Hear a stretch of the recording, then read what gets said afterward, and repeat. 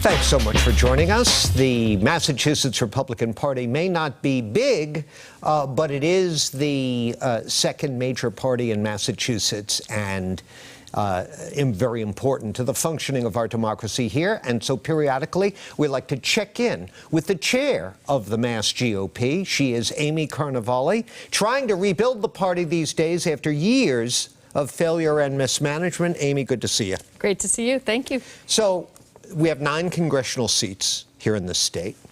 How many will you be contesting as we sit here right now?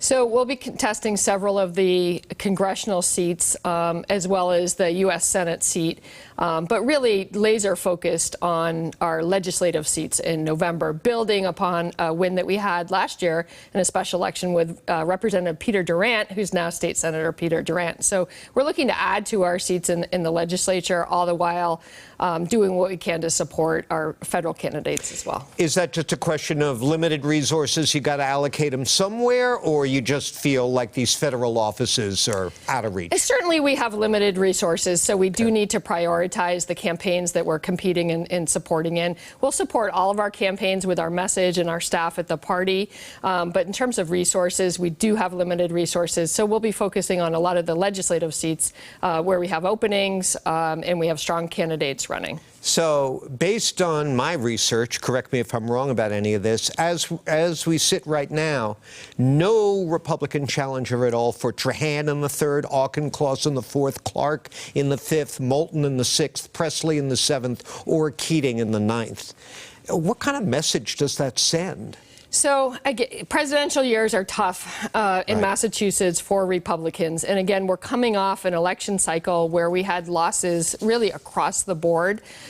So as party chair, we need to make small gains and walk before we can run. So again, we'll really be focused on building on our legislative win last year in a state Senate seat. Okay. And this year we've had some wins at the municipal level this spring in municipal elections with select board seats. So we do see a trend this year, Republican trend. And again, we'll be looking at the state level, focus on building on our wins at the state level. And then 2 years from now, really more focused on the federal level.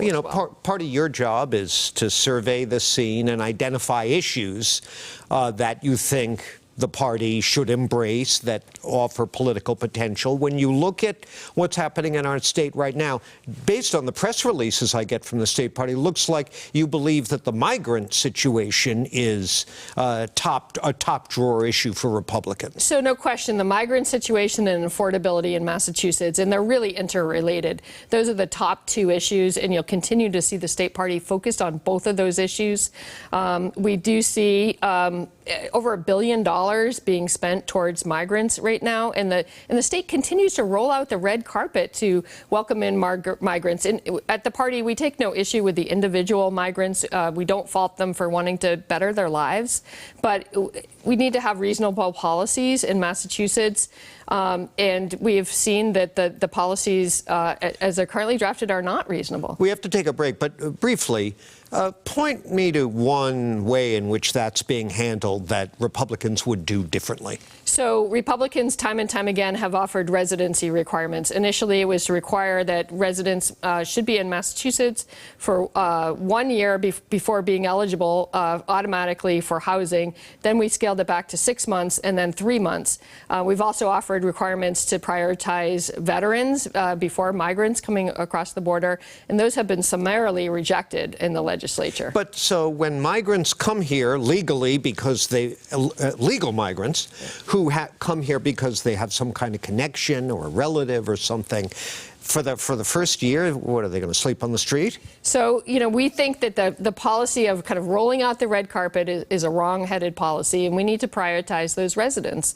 To the extent possible, the Commonwealth could provide limited services, but right now we're the only state in the nation that's providing the housing situation for migrants from day one when they come across the country.